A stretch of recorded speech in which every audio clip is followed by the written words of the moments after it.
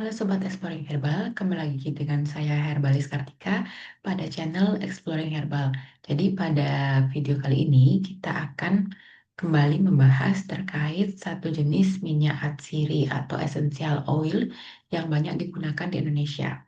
Nah, video ini diperuntukkan untuk mahasiswa mata kuliah aromaterapi yang mungkin belum lengkap memahami materi saat perkuliahan dan juga untuk yang belum bisa hadir saat perkuliahan.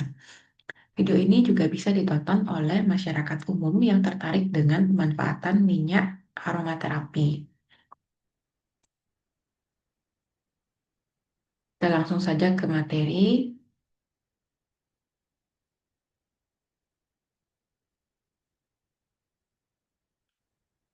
Jadi yang akan kita bahas kali ini yaitu minyak kenanga.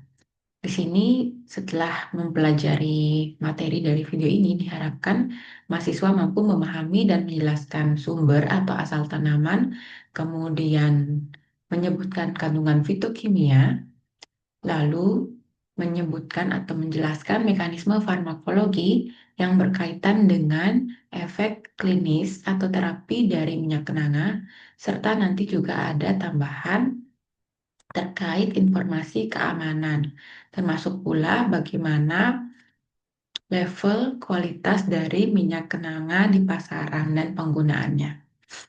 Oke, kita langsung ke materi yang pertama. Jadi ini tanaman kenanga. Di Indonesia, nama kenanga merupakan nama nasional. Di beberapa daerah di Indonesia itu memiliki atau menyebutnya dengan nama-nama lain yang sering kita sebut sebagai nama lokal. Kalau di Bali, orang sering menyebutnya sandat. Tanaman ini merupakan pohon atau perdu yang bunganya menghasilkan minyak atsiri berkualitas tinggi. Jadi, dari semua bagian tanaman, bungalah yang menjadi penghasil minyak atsiri paling tingginya. Jadi, diutamakan sebagai bahan baku minyak kenanga. Nah, terdapat beberapa spesies kenanga di dunia. Namun, untuk yang dimanfaatkan sebagai sumber bahan baku utama yaitu dari spesies kenanga odorata. Di Indonesia, kenanga odorata ini ada dua forma yaitu forma macrophylla atau kenanga biasa dan forma genuina atau yang di pasaran itu sering disebut sebagai ilang-ilang atau kenanga Filipina. Kenapa Filipina? Karena Filipina ini disebutkan sebagai sumber penghasil minyak kenanga dunia. Jadi selain Madagaskar dan Kepulauan Comoros, Filipina merupakan negara penghasil minyak kenanga terbesar atau yang mengekspor paling besar. Nah, kenanga termasuk dalam keluarga Anonaceae. Tumbuh optimal di seluruh Indonesia, gitu ya. Jadi membutuhkan lingkungan dengan iklim tropis basah. Suhu udara yang optimum untuk pertumbuhan tanaman ini yaitu antara 23 sampai 32 derajat Celcius dengan tanah yang gembur, drainase baik, serta pH yang sedikit asam. Umumnya dataran rendah ya, di mana dia tumbuh dengan baik. Dataran rendah ini yaitu dataran hingga ketinggian sekitar 700 meter di atas permukaan air laut. Jadi dengan deskripsi seperti itu, Indonesia bisa gitu ya sebagai penghasil minyak kenanga. Karena di Indonesia juga sudah dimanfaatkan dengan lumayan banyak. Misalkan di Bali itu dimanfaatkan sebagai sarana persembahyangan. Kemudian juga ada yang menggunakan sebagai aromaterapi. Dan penyulingannya juga ada, namun mungkin tidak sebanyak Filipina dalam mengekspor. Setelah dari tanaman, kita lihat lebih detail ya terkait morfologi dan karakteristik bunga yang sebagai penghasil minyak kenanga ini. Nah, bisa dilihat di gambar di bawah, di samping kanan bawah, itu adalah bunga kenanga ya. Jadi bentuknya bintang yang khas, memiliki warna hijau ketika masih muda, kemudian berubah kuning ketika sudah masak. Aromanya harum kuat, terutama ketika bunga sudah berwarna kuning, itu wanginya semakin kuat. Kemudian posisi bunga ini dapat tunggal maupun majemuk atau berkelompok. Nah, kenanga ini mulai berbunga pada umur 1,5 sampai 2 tahun. Ini umumnya di keadaan normal ya. Bunga dipanen ini pada akhir musim kemarau. Jadi direkomendasikan untuk memanen bunga dan melakukan penyulingan segera di akhir musim kemarau. Di sini mengingat pada akhir musim kemarau, produksi bunga dari kenanga ini akan semakin banyak. Kemudian mutu minyak juga lebih baik. Bunga yang dipanen adalah bunga yang berwarna kuning tua. Jadi kita kumpulkan bunga yang berwarna kuning tua karena di situ minyak atsirinya optimal. Kemudian untuk pemanenan di sini disarankan sebelum matahari terbit, sekitar pukul 5 sampai maksimum 8 pagi. Kenapa? Karena sinar matahari gitu ya, panasnya maupun UVB-nya itu dapat merusak kandungan dari minyak atsiri. Juga nanti minyak atsirinya terkena panas gitu ya, konsentrasi menurun, kadar menurun. Untuk hilang-hilang, ini biasanya sebutan untuk kenanga yang berasal dari Filipina maupun Kepulauan Reunion. Sedangkan yang dari Indonesia namanya Java Kananga Oil, ya. Nah, lanjut di sini sedikit informasi terkait tahapan ekstraksi.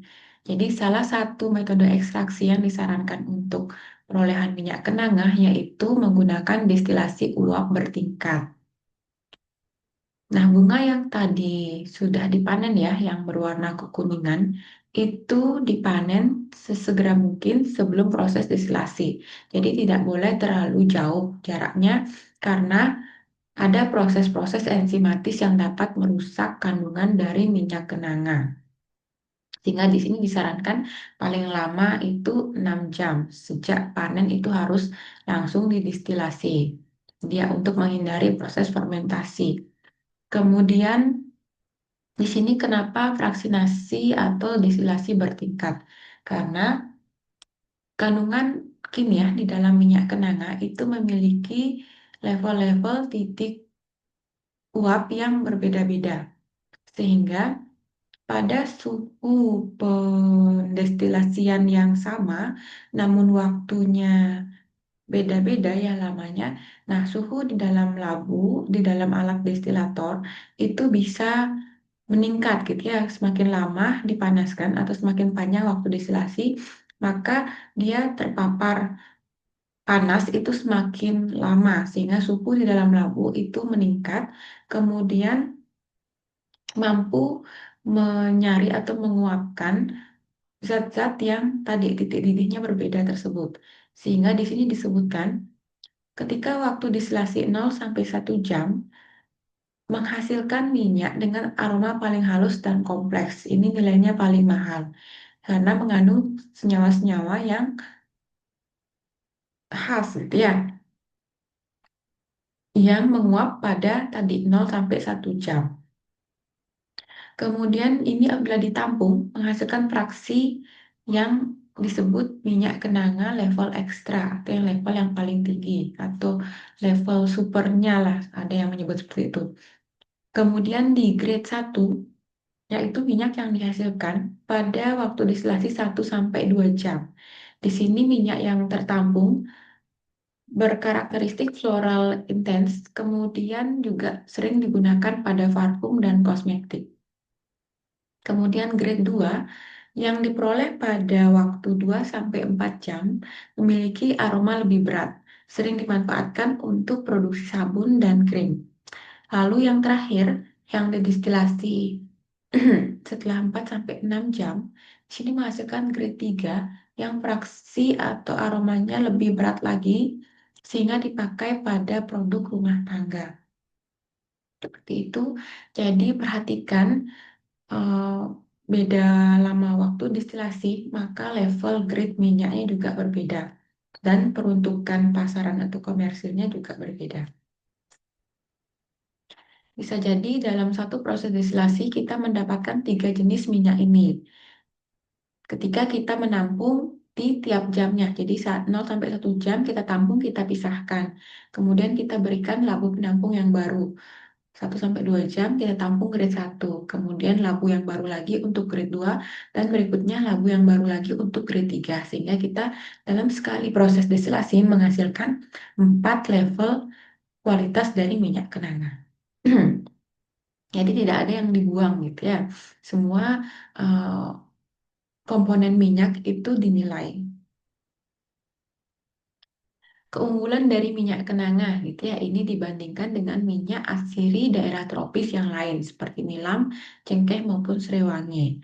Di sini disebut keunggulannya adalah proses ekstraksi yang relatif efisien dengan rendemen mencapai 1,5 sampai 2,5% dari berat bunga segar. Jadi di sini dinyatakan bahwa rendemen dari minyak kenanga itu cukup tinggi gitu ya dibanding jenis-jenis minyak tropis yang lain. Sehingga prosesnya cenderung efisien gitu ya dari biaya karena bahan baku misalkan dibeli harga berapa, nah minyaknya juga dapatnya banyak. Kemudian aromanya tidak terlalu tajam sehingga fleksibel untuk digunakan untuk berbagai formulasi. Lalu minyak kenanga dan dengan senyawa kandungan bioaktif di dalamnya tidak hanya bermanfaat dalam parfum ya karena aromanya tadi, namun juga baik untuk penggunaan sebagai aromaterapi, kosmetik maupun farmasi. Sini ya, kalau minyak nilam biasanya di sini lebih banyak digunakan dalam parfum ya sebagai bahan dasar dari parfum. Biasanya yang saya ketahui itu sebagai base note untuk minyak nilam. Kemudian dia pengikat yang baik. Kemudian untuk cengkeh di sini cenderung digunakan untuk sediaan farmasi ya. Kemudian serai wangi juga dominan di setiap farmasi. Biasanya untuk banyak banyak indikasi seperti misalkan insektisida dan juga untuk meningkatkan nafsu makan. Kalau cengkeh di sini cenderung sebagai minyak urut gitu ya untuk meredakan pegal, nyeri atau linu. Nah, setelah dari informasi sebelumnya ya, informasi terkait kualitas dan juga penggunaan minyak kenanga, di sini kita masuk ke komposisi kimia. Jadi dengan analisis GCMS atau gas kromatografis dengan spektroskopi massa untuk deteksi lebih lanjutnya, diketahui ada banyak senyawa di dalam minyak kenanga yang di sini digolongkan menjadi dua, yaitu golongan um, seskiterpen teroksidasi dan seskiterpen hidrokarbon yang menjadi golongan utama. Kita lihat di sini seskiterpen hidrokarbon. Ada kopaen, karyopilen, germakren, ilangen, dan sendren, lalu vernasen, dan isoleden. Ini golongan seskiterpen hidrokarbon yang dimana masing-masing zat aktif tersebut pernah diuji coba ya secara tunggal. Dimana kopaen diketahui sebagai antimikroba, lalu karyofilen yang kandungan tinggi ya di dalam minyak kenanga, di sini dikenal sebagai kandungan utama dalam minyak kenanga, punya aktivitas antiinflamasi. Lalu germakren ini punya aktivitas antioksidan. Lalu untuk seskiterpen teroksigenasi, sini seperti karyofilen oksida. Nah, tadi ada penambahan gugus ya, berarti gugus fungsi di dalam strukturnya. Aktivitas antiinflamasinya masih ada, ditambah dengan munculnya aktivitas analgesik. Lalu ada nerolidol, di sini efektif sebagai sedatif dan relaksasi. Lalu kubenol dan kadinol efektif sebagai antioksidan dan antimikroba. Lalu ada komponen yang bertanggung jawab ke aroma khas yaitu linalol dan bensil benzoat. Di sini juga masuk ya dalam kandungan minyak sirih kenanga, walaupun dalam konsentrasi yang kecil, di sini di bawah 10%. Namun dialah atau senyawa ini yang bertanggung jawab ke aroma khas dari kenanga. Di sini ada profil komposisi minyak kenanga Boyolali. Maaf kalau fotonya, gambarnya tertutup ya. Di sini yang paling tinggi adalah karyofilen ya, yang batang sebelah kiri. Di sini kadarnya bisa sampai 35% ya, sekitar di atas 35%. Jadi dengan informasi seperti ini, dengan tadi informasi farmakologinya dapat diketahui bahwa minyak kenanga khusus untuk penelitian yang dari Boyolali ini dia mengandung karyofilen dalam proporsi yang lumayan tinggi sehingga apabila digunakan dalam sediaan farmasi, efek antiinflamasinya kemungkinan besar akan muncul. Kemudian senyawa bioaktif dan aroma. Di sini tadi ya, karyofilen merupakan senyawa dengan kandungan tinggi sekaligus dia juga senyawa aktif gitu ya, karena kadang untuk menjadi senyawa marker itu biasanya banyak pertimbangan, biasanya karena kandungannya yang besar, kemudian karena dan atau dia merupakan senyawa farmakologi aktif atau karena mudah diperoleh gitu ya. Nah, ini kebetulan karyofilan sebagai kandungan utama yang proporsinya besar dia juga aktif. Karena seringkali keaktifan atau aktivitas farmakologi dari sebuah senyawa itu tidak selalu perlu dalam konsentrasi besar gitu. Karena ada yang dalam dosis kecil saja itu sudah menimbulkan efek tertentu gitu ya karena ini terkait dengan pendudukan reseptor spesifik sama seperti misalkan kita membandingkan antara dosis efektif antara parastamol dengan metilprednisolon. Jadi kalau parastamol kita butuh 500 miligram untuk menimbulkan efek analgesik antipiretik, namun yang metilprednisolon di sini hanya butuh pada dosis 4 miligram gitu ya untuk menghasilkan efek antiinflamasi. Jadi terkait pendudukan reseptor, nah ini tidak selalu komponen utama ini sebagai komponen aktif. Jadi seringkali komponen aktif adalah komponen yang dalam konsentrasi kecil. Kemudian di sini pemberi aroma tadi sudah ya. Jadi ada kalau bahan herbal yang punya kandungan minyak asiri yang cukup tinggi dengan bau khas biasanya tercium ya dari luar. Kemudian kalau diremas atau dihancurkan, aromanya semakin kuat. Nah, di sini ada karakter aroma ya dari beberapa senyawa kimia di dalam minyak kenanga. Di sini ada linalool. Di sini tadi menyumbang karakter aroma untuk minyak kenanga. Dia menghasilkan aroma bunga segar dan cenderung ke karakteristik floral. Kemudian benzil asetat ya tadi juga menyumbang karakter aroma minyak kenanga. Di sini karakternya manis, buah dan eksotis. Nah, di sini ya komposisi dari minyak kenanga ya nanti tergantung di grade mana itu akan punya karakter aroma yang berbeda-beda. Di mana fraksi ekstra di sini ada linalol dan bensil asetat, cenderung aromanya akan mirip gitu ya, seperti senyawa yang terkandung di dalamnya. Seperti ini, untuk ilang-ilang ekstra ya, aromanya segar, floral, dan manis. Digunakan untuk parfum kelas atas. Lalu grade 1 tadi kita perlu tahu juga berapa derajat ya titik uapnya sehingga kita bisa memprediksi di grade ekstra, grade 1, 2, dan 3 itu perkiraan kandungannya apa. Di samping nanti bisa dicek kembali setelah dihasilkan ini menurut profil GCMS itu mengandung apa sehingga bisa dicantumkan dalam COA dan nanti menjadi acuan atau prediksi bagi praktisi untuk penggunaannya ini. Cocoknya untuk terapika, untuk aromaterapika, kosmetika, dan lain sebagainya. Di sini untuk grade 1 masih kuat ya secara aromatik disebutkan aromanya cocok untuk aromaterapi dan kosmetik. Lalu grade 2 dan grade 3 ini lebih berat, aroma dominan pada unsur kayu dan pedas digunakan dalam sabun dan industri rumah tangga. Nah, variasi aroma ini penting bagi formulator parfum utamanya untuk mencari keseimbangan antara top note, middle note, dan base note. Nah, ini untuk yang karakternya ringan akan digunakan sebagai top note. Biasanya juga selain karakter ringan ini digunakan sebagai top note, ada minyak-minyak yang digolongkan ke top note berdasarkan waktu penguapannya gitu ya. Yang menguap cepat itu akan dimasukkan ke top note. Nah, untuk yang minyak kenanga ini bisa jadi dia di top note atau di middle note ya, karena middle note ini biasanya minyak sirih dengan aroma-aroma floral dimasukkan ke middle note. Walaupun ada proses combining minyak atsiri, itu juga berdasarkan misalkan karakter aroma, misalkan buah-buahan saja atau rumput-rumputan saja atau kayu-kayuan saja, gitu.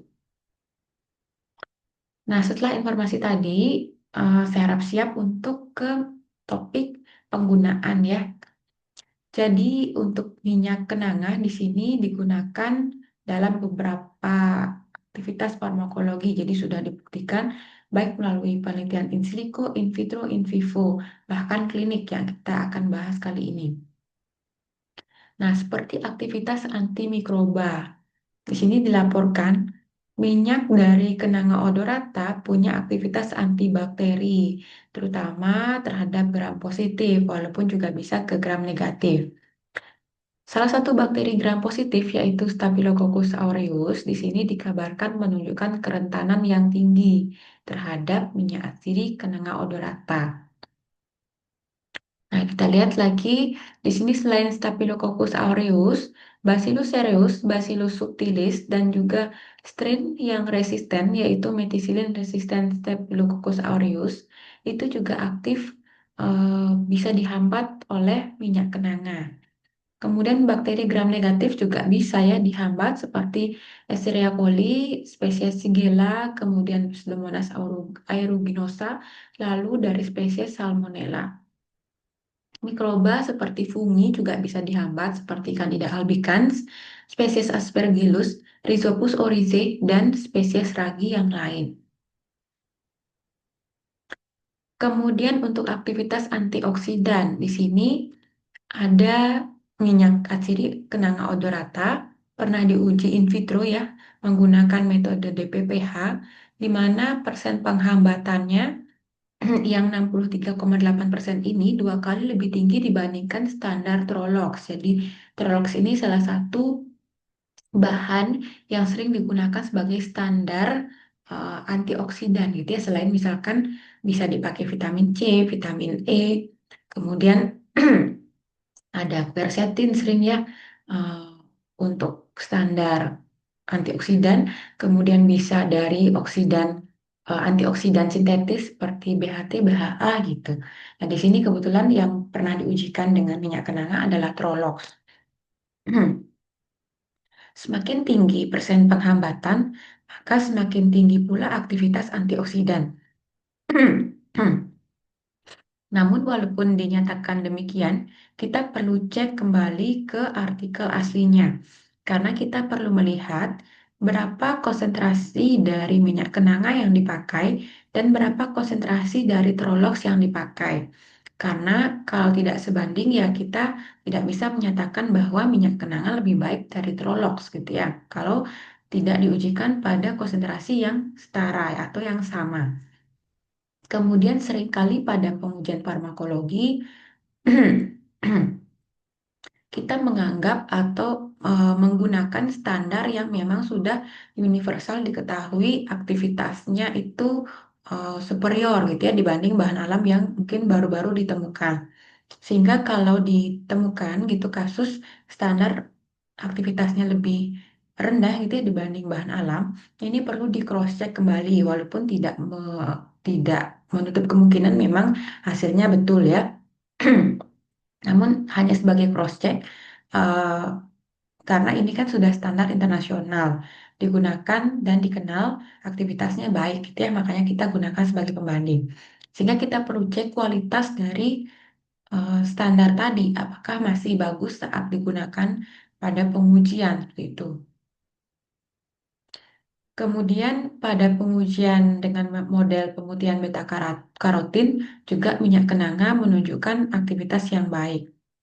Lalu pada uji luminol juga menghasilkan atau menunjukkan aktivitas yang tinggi gitu ya sehingga ya walaupun di fase in vitro ya masih lemah, nah ini punya potensi untuk diujikan lebih lanjut eh, di fase yang level yang lebih tinggi ya untuk antioksidan ini. Kemudian lanjut ke mekanisme antiinflamasi. Nah, di sini minyak kenanga menunjukkan efek penghambatan lipoksigenase yang kuat. Pada konsentrasi 0,5 gram per mililiter, aktivitasnya sudah 80%. Nah, di sini yang bertanggung jawab sebagai komponen utama untuk antiinflamasi disebutkan linalol, linalyl asetat, dan juga tadi ya kandungan utamanya yaitu karyofilen, itu bisa untuk antiinflamasi. Jadi kalau karyofilen didukung dengan linalol dan linalyl asetat, maka di sini cukup kuat ya antiinflamasinya untuk yang minyak kenanga ini. Lalu ke efek sedatif, relaksasi, dan harmonisasi. Jadi di sini pernah diujikan pada studi klinik atau ke manusia bahwa menghirup atau inhalasi minyak kenanga mampu menurunkan detak jantung secara signifikan, menyebabkan sifat eh, atau efek penenang, relaksasi, dan harmonisasi, menghilangkan depresi dan juga stres, termasuk tadi terkait dengan pengurangan tekanan darah. Di sini ya, jadi minyak asiri dari minyak kenanga, nah saya baca di artikel aslinya di situ sekitar 3 tetes minyak kenanga diteteskan pada mulberry paper atau paper yang kertas yang bisa menyerap ya, yang bisa menyerap aroma agak lama dilepas gitu ya, diletakkan di sekitar eh, baju pasien dekat dengan hidung, kemudian dibiarkan semalaman. Jadi pasien sambil tidur itu menghirup aroma. Nah ini besok pagi sebelum prosedur neuroradiologi ya, itu pas pengujian studi kliniknya pasien itu tenang, denyut jantungnya eh, menurun gitu ya, tekanan darah menurun, dia pasiennya rileks gitu. Nah, perkiraan aktivitas atau mekanisme kerjanya yaitu ada impuls listrik yang dikirim ke sistem limbik dengan akhirnya nanti mempengaruhi pusat kontrol emosi dan suasana hati. Jadi pasien bisa tenang ya, menerima prosedur operasi atau prosedur intervensi lainnya secara medis. Jadi kooperatif ketika nanti melakukan prosedur tertentu yang tadi menyebabkan cemas. Kemudian peningkatan gelombang alfa pada otak yang memicu kondisi rileks. Selain itu ada efek vasokonstriksi yang berkurang gitu ya. Ini maksudnya efek vasorelaksannya tinggi sehingga tadi counter attack gitu ya, menghambat vasokonstriksi sehingga aliran darah lancar dan tekanan darah menurun. Kemudian di sini ya yang lebih lengkapnya tadi di sini ada studi untuk tadi penurun tekanan darah ya dan relaksasi. Jadi ada juga pengujian pada tahun 2004, inhalasi selama 30 menit langsung dapat menurunkan tekanan darah sistolik dan diastol. Kemudian pada pengujian tahun 2011 ini dapat menurunkan tekanan darah secara signifikan maupun meningkatkan perasaan relaksasi pada pria sehat. Nah, sini dari beberapa pengujian klinik tadi menunjukkan bahwa minyak ilang-ilang mampu menurunkan tekanan darah dan juga menimbulkan efek relaksasi, tenang, kemudian menurunkan depresi ya. Sehingga bagus untuk eh, apa namanya anti cemas. Kemudian di sini ini rangkuman ya tadi antiinflamasi, antioksidan, antimikroba, kemudian neuroprotektif dan tadi terkait dengan kognitif dan psikologis. Nah, tadi sudah kita bahas terkait keamanan apa efek klinis ya, efek terapinya. Karena kita lihat ke keamanan. Nah, secara oral gitu ya, pada pengujian toksisitas akut in vivo di sini disebutkan bahwa LD50 atau lethal dose 50 atau yang kalau kita jabarkan dosis yang menyebabkan kematian pada 50% subjek uji. Nah, itu untuk minyak kenanga di atas 5.000 miligram per kilogram berat bobot badan. Nah, ini apabila dikaitkan dengan standar BPOM tergolong tidak toksik ya. Walaupun demikian, kita tetap harus mewaspadai karena di sini ada beberapa studi yang menemukan bahwa minyak kenanga punya efek samping iritasi kulit atau alergi. Nah, umumnya juga minyak atsiri kalau digunakan pada dosis tinggi dapat menimbulkan iritasi kulit dan alergi gitu ya pada penggunaan topikal. Sehingga perlu pengenceran sebelum digunakan, terutama pada topikal. Inhalasi juga demikian, karena ada kasus inhalasi, namun yang dimunculkan efek sampingnya tidak ke saluran nafas ya, tapi ke iritasi kulit. Sehingga ini perlu sangat berhati-hati, terutama pada pengguna yang punya riwayat alergi. Apalagi alergi minyak ya, takutnya kalau satu minyak alergi, nah minyak lain juga kemungkinan sensitif gitu ya. Nah, ini baru ini ya risiko, faktor risiko kita perlu mewaspadai walaupun efek samping ini tidak selalu muncul gitu ya pada orang sehat lain atau eh, pada jenis minyak ini gitu ya.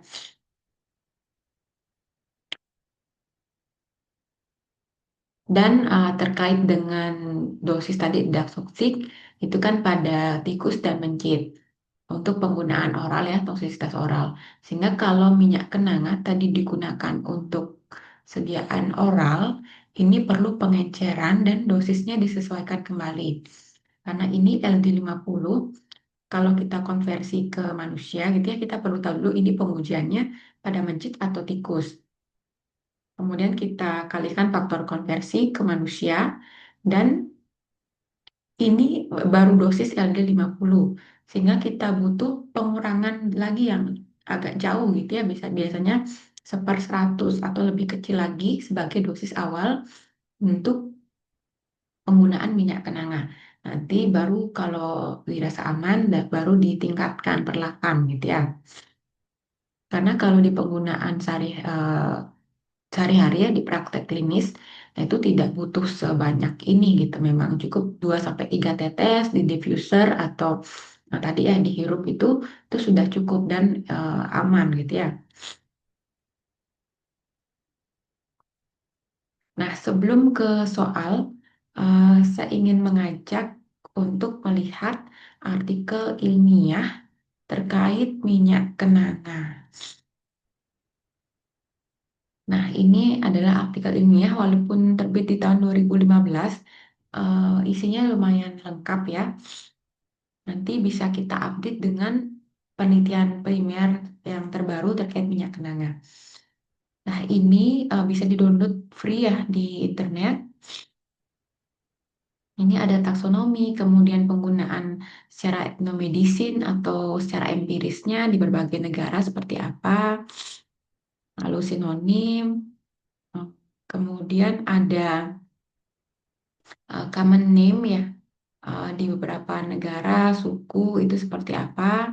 Ini Southeast Asia, Indonesia, Kernanga katanya. Terus ini Kenanga ya mungkin penulisannya salah di sini, lebih R. Kemudian di sini ada deskripsi dari masing-masing bagian tanaman. Karena untuk tanaman kenanga sendiri tidak digunakan hanya minyak ya, namun juga ada yang mengekstrak bagian tanaman lain. Ini judulnya kenanga odorata ya, bukan minyaknya. Nah, ini tanamannya, lalu ada senyawa fitokimianya apa saja, lebih lengkap ya di sini kalau dilihat. Nah, ini digolongkan berdasarkan kelas golongan senyawa, jadi berdasarkan struktur. Nah, seperti ini pernah diujikan, misalkan yang kita cari itu linalool ya, tadi antiinflamasi. Nah, yang menyumbang aroma, nah itu ada di bunga dan daun. Jadi kalau mau mencari linalool, silahkan kalau mau menambah bahan baku ke daun. Cuma mungkin nanti kurang efisien ya dari volume kan dia jadinya bertambah banyak, sedangkan leaf kan bukan penghasil utama minyak. Jadi kita kalau menggunakan leafnya, uh, labu penampung bahan itu butuh yang volume besar, kemudian lama waktu distilasi juga butuh besar ya, apalagi misalkan cairan penguapnya itu juga butuh dalam jumlah besar. Kemudian kita lihat yang senyawa lain, misalkan karyofilen ya, ada di daun dan bunga.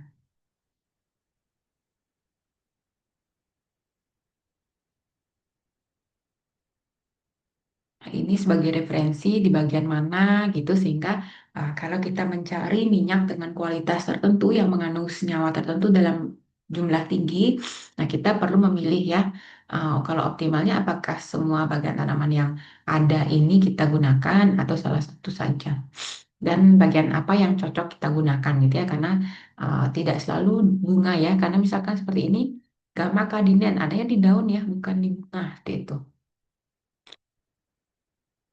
Ada juga yang mendeteksi di buah ada beberapa senyawa. Nah, lanjut kita ke ini bentuk senyawanya atau struktur kimianya, lalu masuk ke aktivitas farmakologi. Tadi antimikroba sudah kita bahas.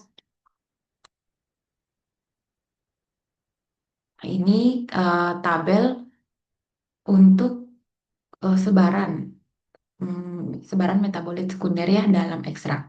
Jadi, selain kita memperhatikan bagian tanaman yang akan kita gunakan sebagai bahan baku, entah itu bahan baku penyulingan minyak atau pembuatan ekstrak, kita juga perlu untuk memperhatikan tipe ekstrak yang akan dibuat. Jadi, dalam proses penyarian, di sini ada konsep like dissolve like.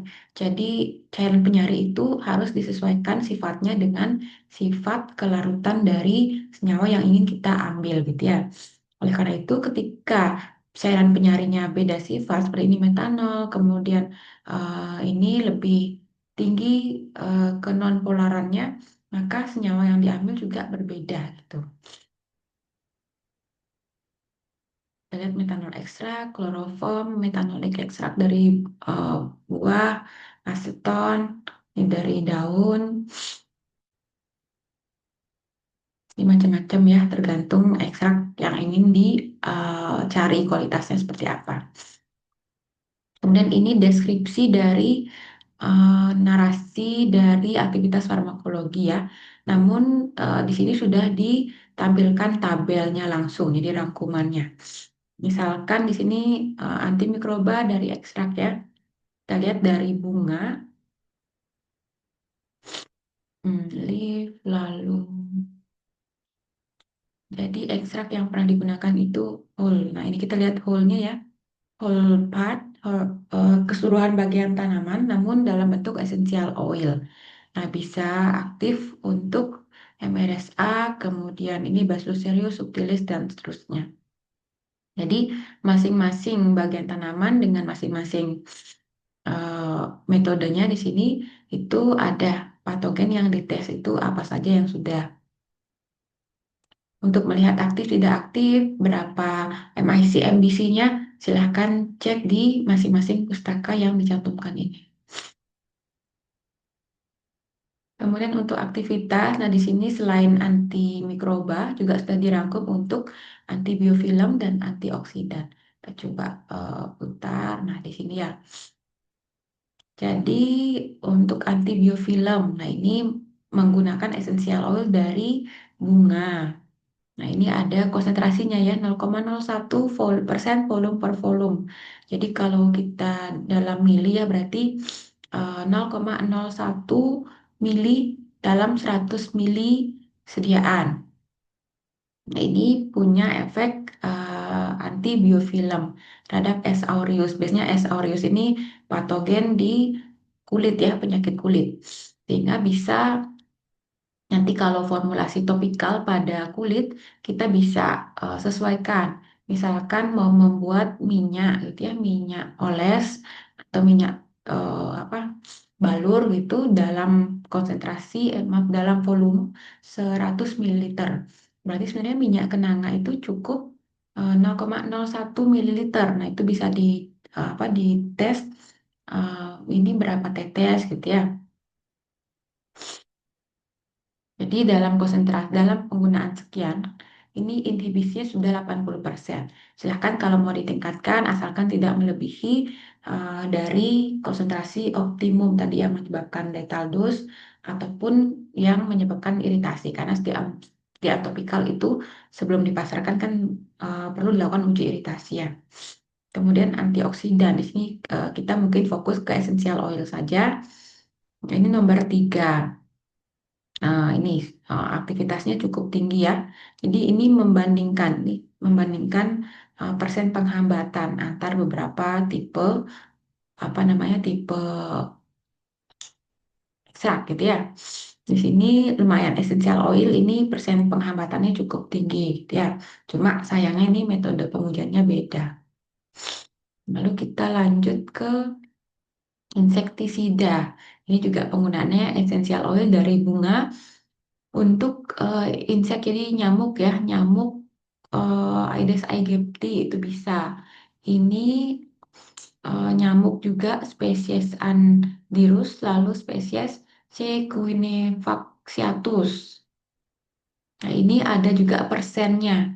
Jadi kalau misalkan mau membuat sediaan topikal untuk anti nyamuk gitu ya, jadi pakai konsentrasi ini sambil nanti dicoba. Jadi trialnya kita pakai ini dulu.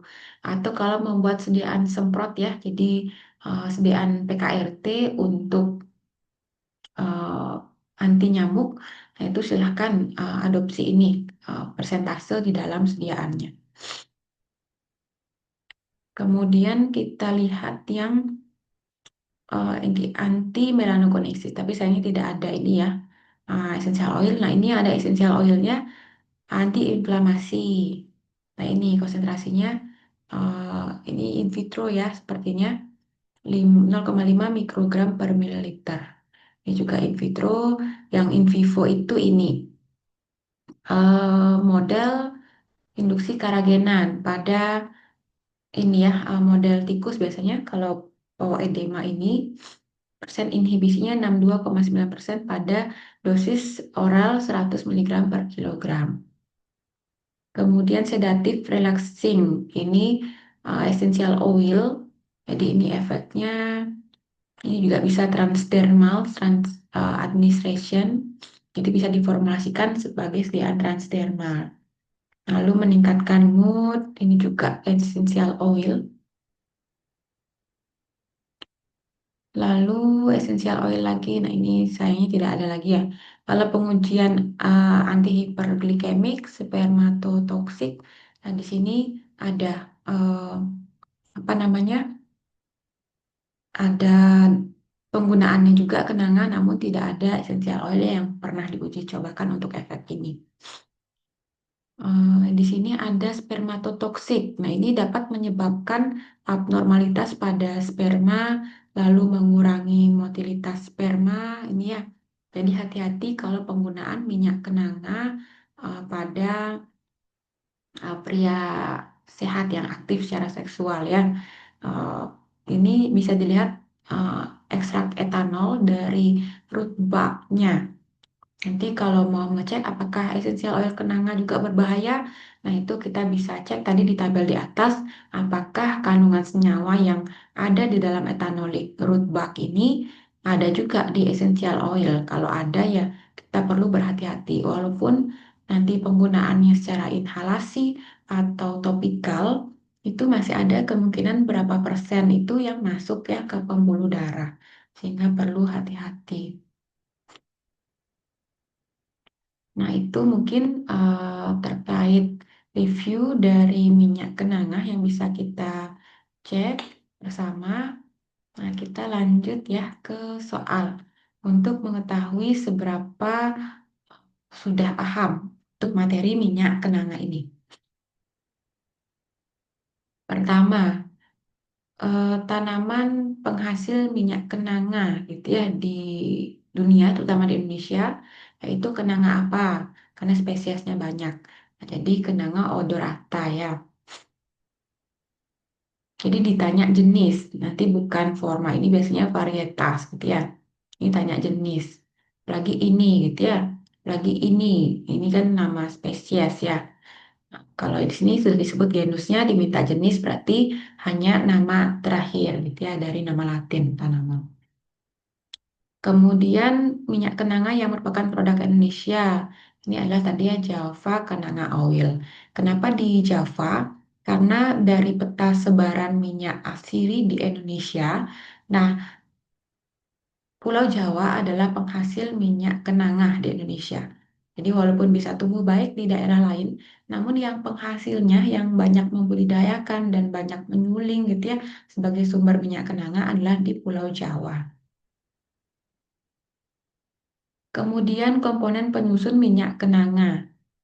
Nah, ini dari sekian banyak metabolit sekunder, golongan-golongannya ini tadi kita sudah bahas bersama yaitu golongan sesquiterpen itu di dalam golongan terpenoid.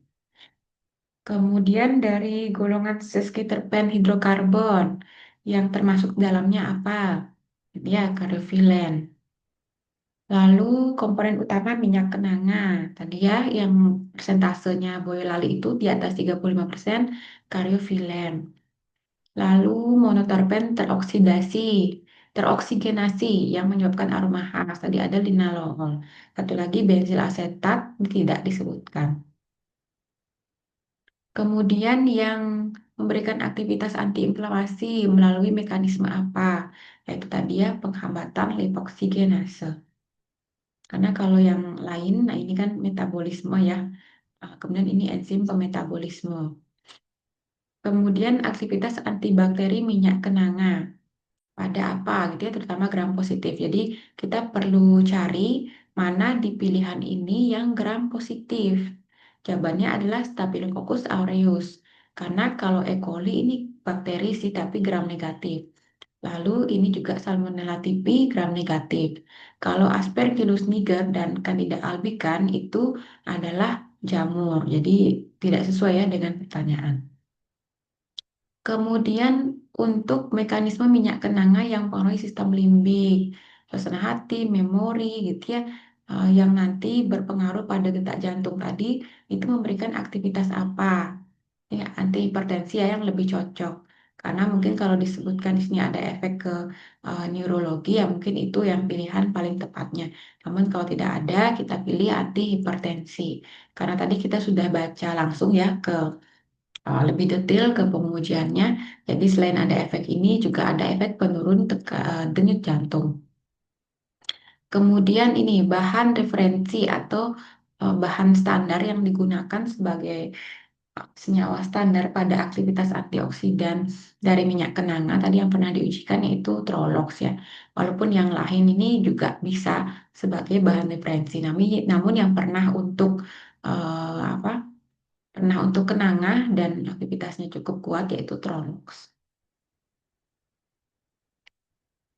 Nah, itu terkait bahasan dari minyak kenanga, saya harap bisa dipahami dan bisa dibaca mungkin kembali ke artikel tadi untuk lebih melihat lebih detail seperti apa pengujian yang pernah dilakukan dan untuk membanding-bandingkan kandungan antar sampel dari tanaman kenanga gitu ya.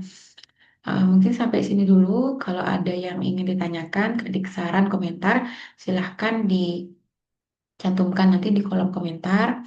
Jangan lupa juga like dan subscribe untuk mendapat dan juga ini ya bunyikan lonceng notifikasi untuk mengetahui video-video unggahan berikutnya ya masih seputar materi herbal.